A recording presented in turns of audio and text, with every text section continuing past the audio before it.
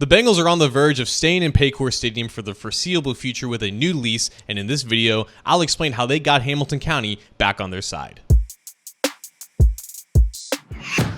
Hi again, Bengals fans. John Sheeran of A to Z Sports Cincinnati here, and the big news that we've all been waiting for regarding the Bengals in Hamilton County and the lease of Paycor Stadium has finally arrived. The Bengals and the Hamilton County agreed on the framework of what's essentially a new 11-year lease that runs through 2036. Nothing is officially set in stone. There are some negotiations that still need to happen, so this is a tentative agreement on the framework of what will be the new lease. But two of the three Hamilton County commissioners have approved of this deal. The Bengals have approved of this deal. This deal is going to happen. And that's big. That's undoubtedly important. We started this week saying the Bengals and Hamilton County had a week to negotiate an extension of the current lease or a new lease entirely before the June 30th deadline. And if that didn't happen, the Bengals were probably going to exercise the first of many 2-year rolling extensions to essentially kick this can down the road. And it seems like both sides here came to a compromise, as it was reported that the Bengals wanted a 5-year extension of the current lease and the county wanted a 15-year brand new lease. But the length of the lease was just one of many concerns that the county and its taxpayers had about this agreement, and it seems like a lot of those concerns have been alleviated. For starters, this is a big relative win for the county and its taxpayers relative to the previous lease that was signed back in 1997. Under that previous lease, the county was on the hook for 88% of the total cost of what was formerly known as Paul Brown Stadium, and whenever the Bengals requested improvements and enhancements relative to the rest of the league, the county had to accept. Hamilton County will now be on the hook for 75% of the total $470 million that will go into improving Paycor Stadium, and more importantly, that $350 million is capped. Under this new lease, instead of 88%,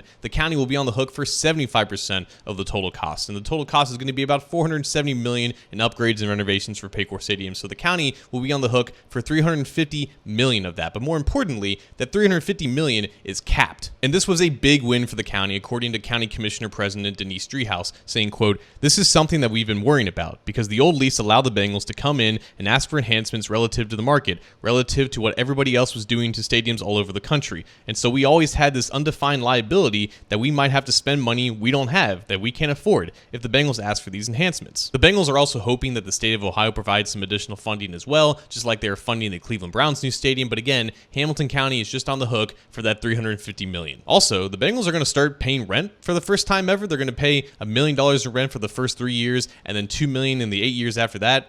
I live in Hamilton County. I pay rent. It's kind of nice that me and the team are on the same level playing field. All in all, the people that run Hamilton County seem more satisfied with their control over the stadium in downtown Cincinnati. This stadium belongs to the taxpayers. And finally, the taxpayers are going to have access to their stadium. And while a brand new 11-year lease is a lot better than just a 2-year rolling extension of a lease that Hamilton County wanted no part of anymore, this is still not quite a true long-term solution yet. This ensures that Paycor Stadium will get the upgrades and renovations it needs for the next 10 to 11 years, and that the relationship between the county and the Bengals will be solid for the next decade. The prospect of a brand new stadium and the future of the team and the city beyond that, I guess that's the problem for the 2030s. But even this right now was not a given. It required the Bengals to make concessions to the county to avoid the mistakes from 30 years ago. And for a team that hasn't had a ton of positive press in the last few weeks with player contracts, this is a pretty good win for them to have.